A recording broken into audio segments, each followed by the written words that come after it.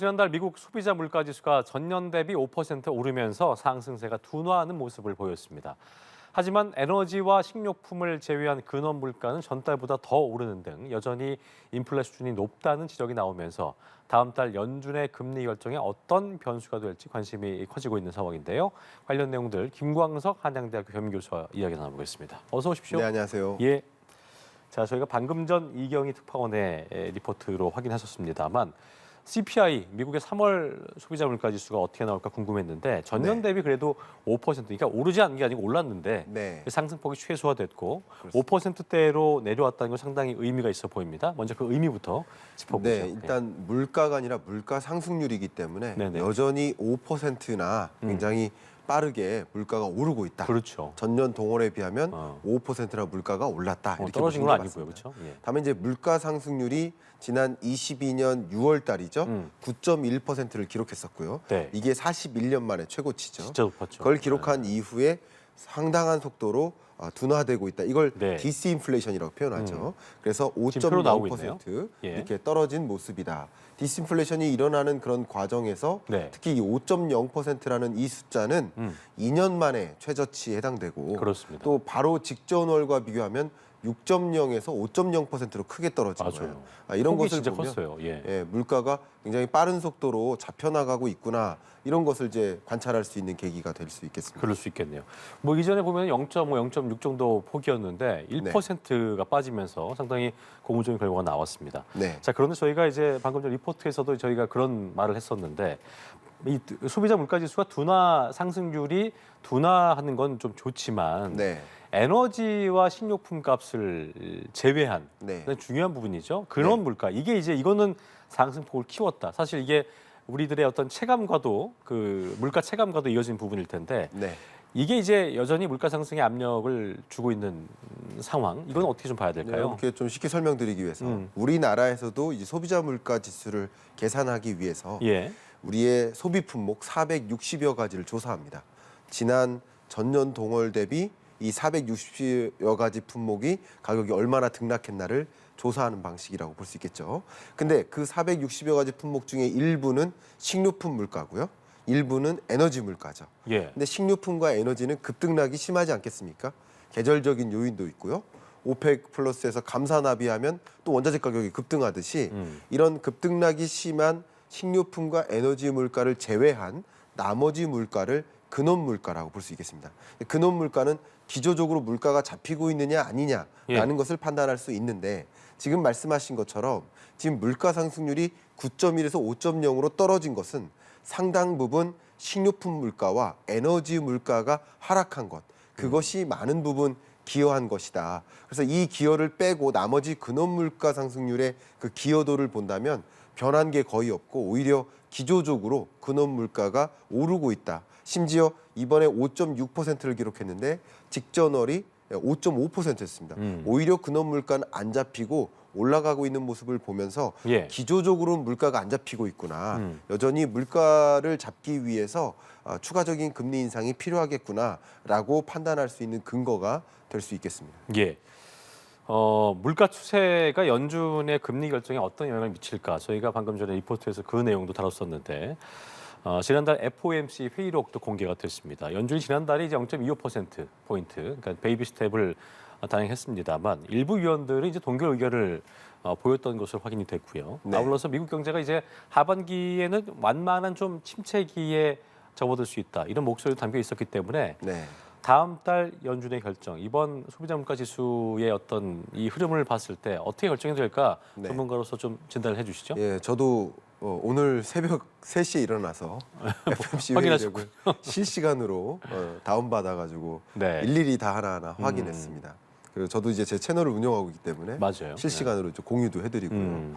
그러니까 이 회의록상에 어떤 문구가 들어가 있냐면 마일드한 리세션이다. 마일드한 리세션. 하드 랜딩이 아니라 네. 소프트 랜딩에 가깝다. 근데 어쨌든 마일드한 리세션이든 마일드하지 않은 그냥 하드한 리세션이든 리세션인 건 맞습니다. 방점은 리세션이죠. 예, 그렇죠. L자로 꺾여 들어가는 건 맞아요. 맞습니다. 네. 그리고 IMF도 엊그저께 경제 전망치를 발표하면서 미국 경제 성장률을 1.6%로 높여 잡았어요. 그러니까 지지난번에는 1.0%에서 1.4%로 또 1.4%에서 이번에 1.6%로 올려잡고 있습니다. 그러니까 미국 경제가 상당히 견조하고 탄탄하다. 이런 것을 보여주고 있습니다. 그러니까 이런 것들은 어쨌든 경기는 나름 뒷받침되기 때문에 물가라는 것을 잡기 위해서 추가적으로 금리 인상해도 된다라는 판단일 수 있겠고요. 굉장히 수용할 수 없을 만큼의 그런 강한 경기 침체가 아닌 한 혹은 시스템적 리스크가 너무 충격적인 수준이 아닌 한 어쨌든 추가적으로 금리를 인상해서 물가를 첫 번째 목표죠. 물가를 확실히 잡는 데 집중할 필요가 있겠다라는 그런 의사결정이 담겨 있다. 이렇게 해석할 수 있겠습니다. 네, 그렇게 해서 다음 달 연준 결정은 어떻게 좀 흘러갈 것인가에 대한 고민은 네. 어떻게 좀 예상하세요? 연준은 어쨌든 추가적인 기준금리 인상을 단행할 것이다. 단행한다. 예, 0.25 정도 예상하시는 그렇습니다. 거예요? 베이비 예. 스텝의 금리 인상을 단행할 것으로 보고 있고요. 어쩌면 다음 이제 5월 우리 한국 시간으로는 4일입니다만 그날이 미국 기준금리 인상 스탠스의 마지막이지 않을까. 올리게 된다면 네, 올린다 하더라도 아. 그렇게 판단하고 동결 가능성은 안 보세요? 페드워치가 하니까 물론 네. 동결보다는 0.25가 더 크긴 하던데 네. 어떻게 좀 예상하고 계세요? 물론 그 FMC 회의가 있기 전까지 PCE 발표도 있고요. 나머지 여러 변수가 있죠. 고용 지표나 맞아요. 이런 것들이 네. 있기 때문에 추가적인 업데이트되는 데이터를 봐가면서 판단하겠지만 현재 CPI 결과와 이런 회의록 결과나 이런 것들을 좀 종합해 봤을 때는 현재로서는 베이비 스텝의 금리 인상에 무게를 두는 것이 필요하지 않을까 생각합니다. 알겠습니다. 뭐 SVB 같이 그런 어떤 핵폭탄 같은 이슈가 발생하지 변수가 발생하지 않는 한 네. 일단은 박사님 말씀도 그렇고 0.25 정도 그게 마지막이 될 수 있지 않을까라는 네. 예상을 좀 저희가 먼저 해보겠습니다. 네. 자, 그리고 주제를 좀 바꿔서 저희가 항상 이제 그 공공요금 인상에 대해서 늘 목소리를 내면서 어떤 공공기관의 방만 경영 이런 네. 부분들 때문에 왜 국민들이 힘들어야 되는가 이런 거에 대한 어떤 비토의 목소리 좀 질타의 목소리를 냈던 적이 있는데 네. 한전과 가스공사 자구책을 포함한 경영혁신 대책 마련에 나서기로 했다고 합니다. 근데 이제 두 공사의 이 자구책을 놓고 벌써 실효성이 있는 거야? 없는 거야? 이 논란이 일고 있다고 하더라고요. 어떤 네. 얘기입니까?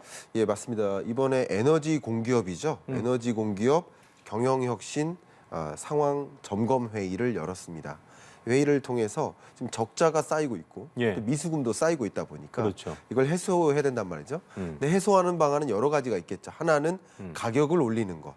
두 번째는 비상 경영 체계를 마련해서 말 그대로 방만 경영을 해소하는 것. 예. 예를 들면 자체적으로 이 공사의 인건비를 줄이거나 또 자산을 추가적으로 매각해서 경영을 좀 정상화하거나 또 출자를 조정하거나 예. 또 비용 감축을 하거나 이런 방식을 통해서도 적자 규모를 축소할 수 있는 여지는 있습니다. 근데 지금의 이슈는 뭐냐면 예. 왜 방만 경영의 문제를 해소하지 않은 채 가격 인상만으로 이런 문제를 해소하려고 하느냐.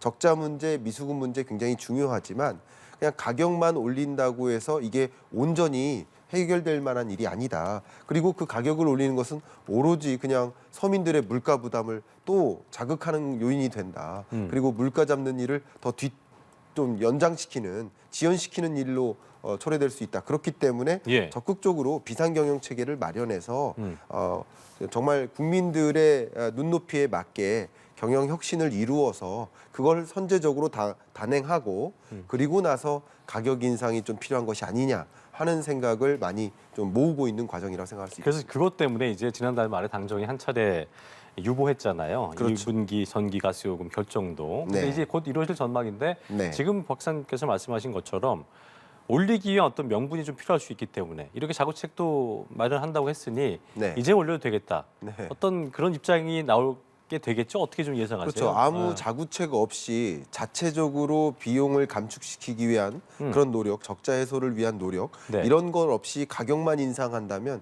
굉장한 비판이 쏟아질 수 있겠는데 어쨌든 그런 노력도 선행되고 그러고 나서 가격도 인상하면서 그래서 이런 대응책을 마련하는 것은 국민들의 나름의 공감대를 형성하는 데 도움이 될 거라고 생각합니다. 자, 그렇다면 물가 원곡요금 이제 인상되게 된다면 저희가 꾸준히 뭐 진단을 해온 대로 네. 물가 상승 압력은 커질 수밖에 없잖아요. 그렇죠. 그러니까 예상대로 정부의 예상대로 2분기 물가가 상승률이 3% 수준을 좀 내려올 수 있게 될 것인지 네. 그 부분도 좀 궁금해지네요.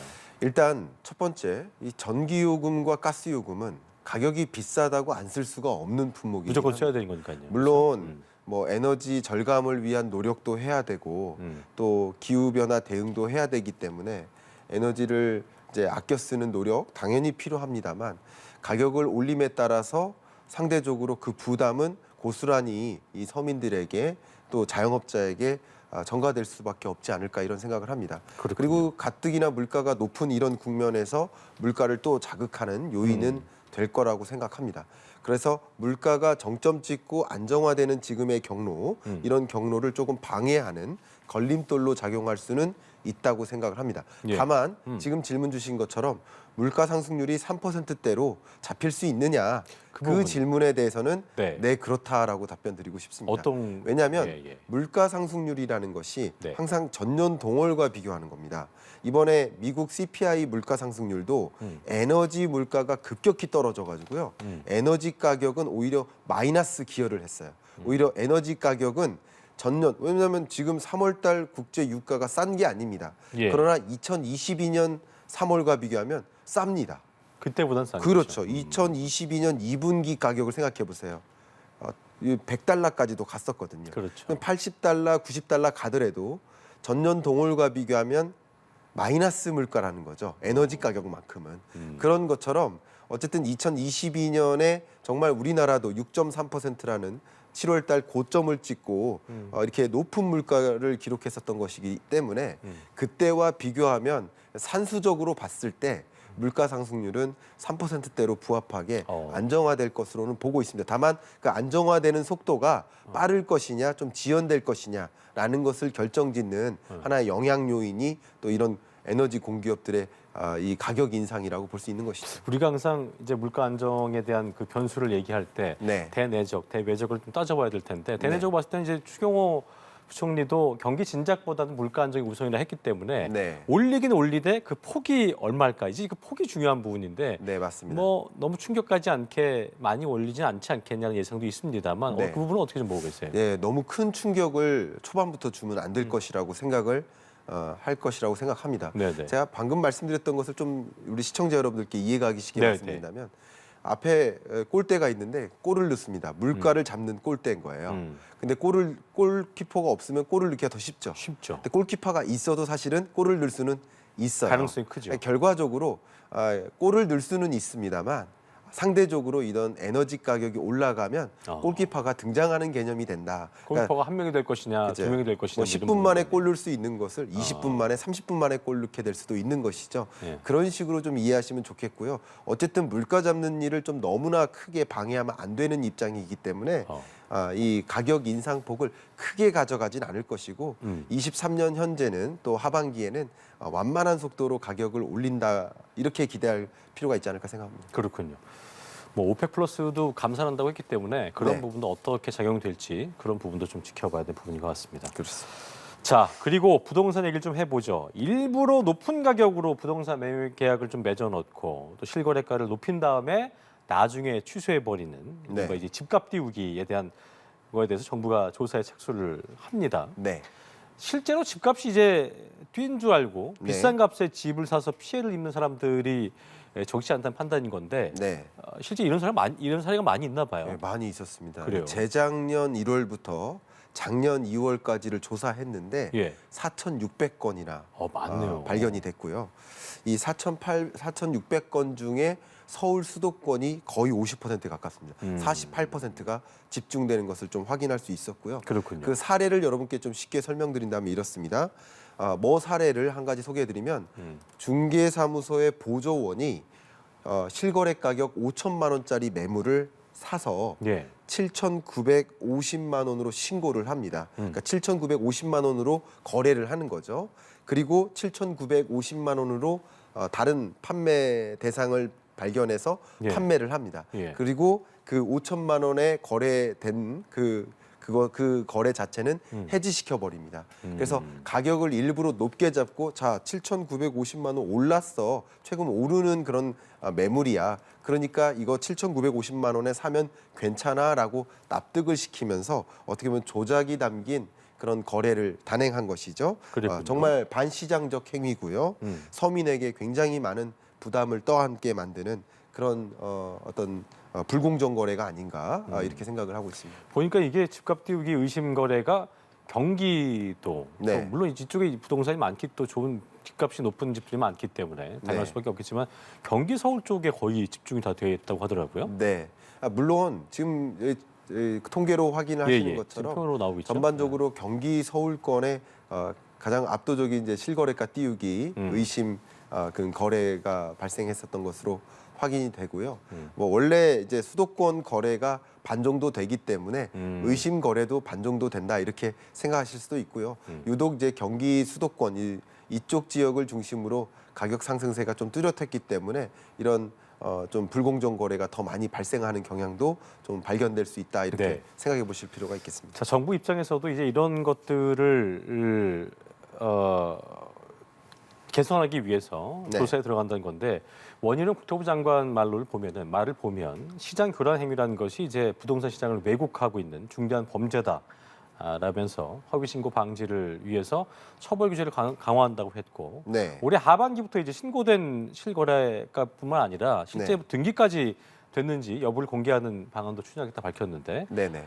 효과에 대한 부분도 그 자세한 내용도 좀 짚어보죠. 예. 예, 맞습니다. 일단 오는 6월까지 조사를 계속하고요. 그리고 7월에 그 결과를 발표할 것으로 보고 있습니다. 네. 그럼 4,600여 건 이상이 될 가능성이 있겠죠. 음. 그러면 작전 세력의 어떤 시장 교란 행위가 있는지 또 이런 것을 분별해서 엄중하게 처벌을 내리겠다. 그 처벌은 뭐 3년 이하의 징역이나 처벌 수위가. 3천만 원 예. 이하의 어떤 벌금을 매기는 방법이 있겠고요. 예. 또 이런 지역에 이런 교란 행위를 저지른 그런 자 혹은 중개인, 중개 보조인에게 과태료를 부과하거나 혹은 그 사업을 정지시켜 버리는 그런 일까지 단행하겠다. 그리고 이제 아파트 신고가 거래에 그냥 가격만 등재시키고 등기 여부는 공개가 안 되는 경향이 있었기 때문에 그렇죠. 상대적으로 집값 띄우기라는 이제 조작 행위가 일어날 여지가 있었는데 등기 여부도 공개할 수 있도록 이런 교란 행위를 막기 위한 근본적인 개선 네. 이런 것들도 마련하려고 노력하고 있기 때문에 이런 것들이 어느 정도 이 높아진 가격에 집을 샀다가 사자마자 집값이 떨어지면 얼마나 이 서민들이 부담되겠습니까? 그렇죠. 그런 교란 행위를 막기 위한 조치들이 하루빨리 단행되기를 좀 네. 바라는 마음입니다. 어쨌든 지금 경기 침체 때문에 힘든 상황에서 서로를 더 힘들게 하는 이런 행위는 없어져야 될 것으로 보입니다. 지금까지 경제 읽기 김광석 교수와 함께했습니다. 오늘 말씀 고맙습니다. 감사합니다. 예.